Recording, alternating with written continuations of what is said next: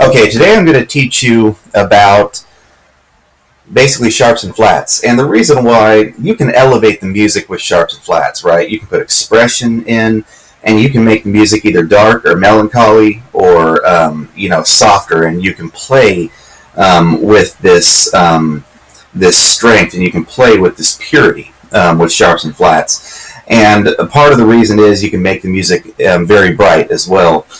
Sharps and flats are associated, with the scales, and I would say, they're a little bit unique, but, they're also just used. They're used as a common substitute, and that's why they're called accidentals for some of the major scales, and that's why they fit into the music.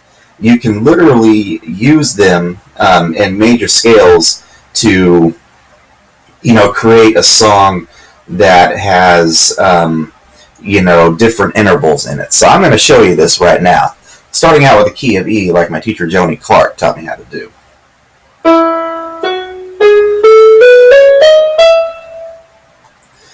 In that one right there, there's 4 sharps and flats. It's important to remember this kind of stuff because when you're playing a song, you want to be able to know, how to push through and how to be able to sift through those notes. Because when you're playing chords, you have to know when you're dropping and you're making, transitions.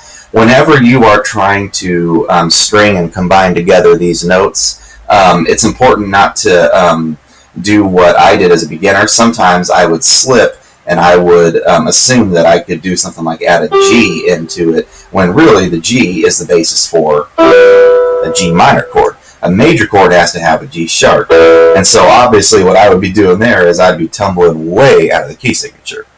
Another one I'm going to teach is the key of G. It only has 1 sharp, so it's very simple to remember on songs. And also the key of G, it really does provide, just this nice and sweet touch, when you're playing the song. It has has a refreshing sound to it, in my opinion. F sharp, that's it. So you're playing with these keys, G, A, B, C, D, E, F sharp, G. The difference is, like with the key of E, it's E, F sharp, G sharp, A, B, C sharp, E sharp, E.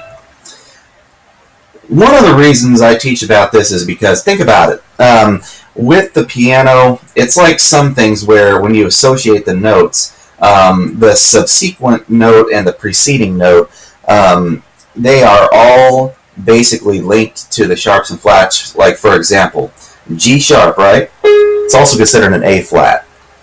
F sharp is G flat, right? B flat is A sharp. So if you think about this, the reason why musicians like to use accidentals at times is because you can spice up the music, and as long as you know that you're going to be able to toss them in some very vital areas. As long as you know that if you take a run at something and you're able to, as long as you're able to, like I said, link them together, it's all about being able to drop them, into the proper alignment, the proper, what you would call the proper segments of the song, the sequences. So as long as you know where that is, you're rolling, really nicely. You're in a pretty nice spot right there, and everything's great. So, anyways, the thing I was going to teach you is you can use the scales like in a song right here. I was going to teach you with the key of G, right?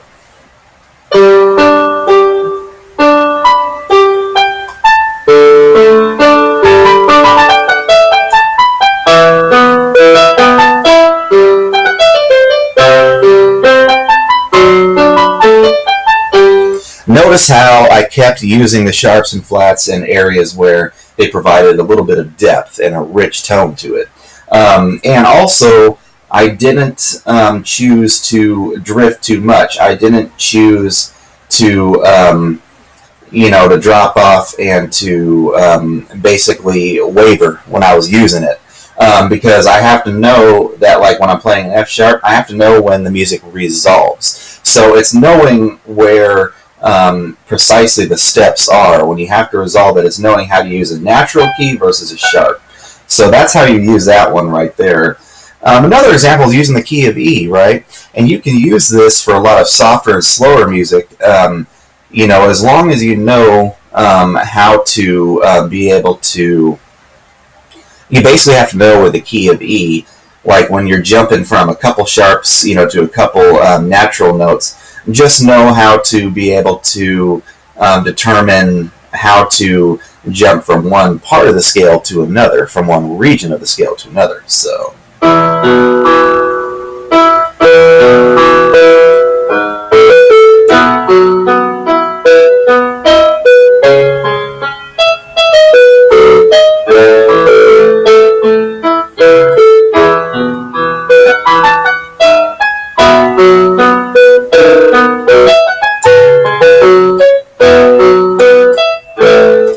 I use like about 3 or 4 notes in combination there, and basically all of that goes to express to you is that the key of E, you can dance around the octaves, because that's what some of these are, is octaves. Like for example, I was playing in the lower part of the treble clef, and then I went up higher, and really all it comes down to is knowing those sequences. When you know that the notes are in specific placements right there, it helps to be able to see that a couple of the notes are they're pushed into, like this one right here. That's the key of E, right? That's the E chord right there. It helps to know that they're in the middle of a scale, or that they're near the top of the scale, like in the 7th note position. So again, this is all about knowing chord structure. So this goes to show you, I'm not going to spend too much time today, but this goes to show you that scales are important, but also knowing how sharps and flats can alter. They can alter the overall sound. And basically understanding when you're playing a piece of music, it really does. It completes the music almost. It gives it this sort of what I want to call a refined sound. The sharps and flats create this, in general, just this completely, it's just a bolder sound. It really is, and a broader sound. And that's what I'm talking about. The total effect of them, there's just this range of, what I like to call the chord structure, the things where it really does give you, it just gives you sort of this array of sounds in the scale, and the tones, the intervals, the kinds of the radiance it gives you in the music is what's really important about it. So I'm going to finish off here with a song that really does, it uses the key of E so well, and it's one of my favorite songs because it's just such a beautiful, and it's such a refreshing tune. So here we go.